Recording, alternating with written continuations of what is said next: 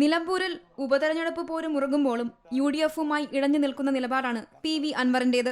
UDF-നെയും പ്രതിപക്ഷ നേതാവിനെയും രൂക്ഷമായി വിമർശിച്ചാണ് അൻവർ വാർത്താ സമ്മേളനം നടത്തിയത്.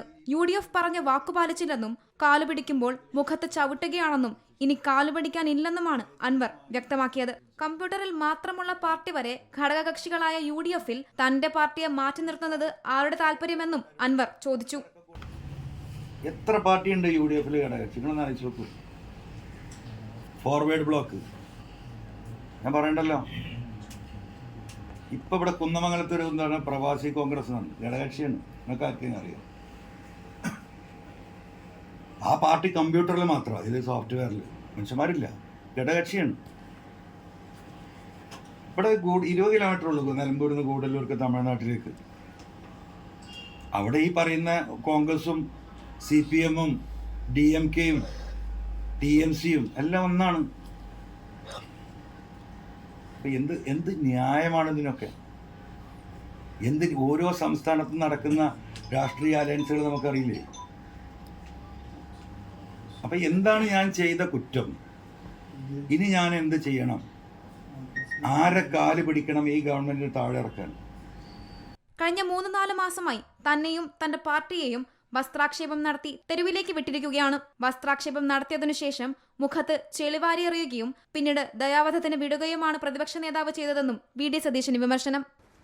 അപ്പോൾ ഒരു സഹകരണ മുന്നണിയാക്കാന്ന് പറഞ്ഞു, അതിന് സമ്മതിച്ചു. സഹകരണ മുന്നണി അറിയാൻ നിങ്ങൾക്ക് അറിയാം. ബസ്സിലെ ആ സ്റ്റെപ്പിൽ കയറിയുന്ന ക്ലീനറെ കൂടെ നിന്ന് പോകണത് മതി, പ്രശ്നമില്ല. നമ്മൾ ചെറിയ പാർട്ടിയല്ലേ, നമ്മൾ വളരെ ചെറിയ പാർട്ടിയാണല്ലോ. അതിനും നമ്മൾ സമ്മതിച്ചു. അതെങ്കിലും ഒന്ന് പൊതുസമൂഹത്തോട് പറയണ്ടേ? ഇന്നലെ അദ്ദേഹം പറഞ്ഞു അൻവർ വ്യക്തമാക്കട്ടെ. ഇത്രയും വ്യക്തമാക്കിയതാണല്ലോ, ഇനി എന്താ ഞാൻ വ്യക്തമാക്കേണ്ടത്?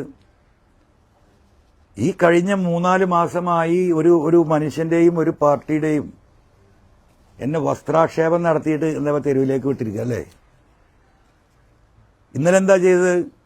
വസ്ത്രാക്ഷേപം നടത്തി തെരുവിൽ വിട്ട് എന്റെ മുഖത്തേക്ക് ചളിവാരി എറിയണം. അത് കാണുന്നുണ്ടല്ലോ എല്ലാം. ഇന്നലെ അദ്ദേഹത്തിന്റെ തീരുമാനം എന്താ? എന്നെ ദയാവധത്തിന് വിട്ടിരിക്കുകയാണ്. ദയാവധം. എന്ത് തെറ്റാ ഞാൻ ചെയ്തത്? അതും കൂടെ ഒന്ന് വിശദീകരിക്കണ്ടേ? പിണറായി സർക്കാരിനെ താഴെയിറക്കുക എന്ന ഒറ്റ ലക്ഷ്യമാണ് തനിക്കുള്ളത്.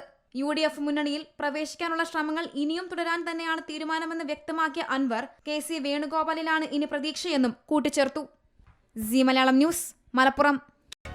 പുതിയ വാർത്തകളും വിശേഷങ്ങളും ഇനി വിരൽ തുമ്പിൽ. എല്ലാ ഡിജിറ്റൽ പ്ലാറ്റ്ഫോമുകളിലും ഇപ്പോൾ സീ മലയാളം ന്യൂസ് ലഭ്യം.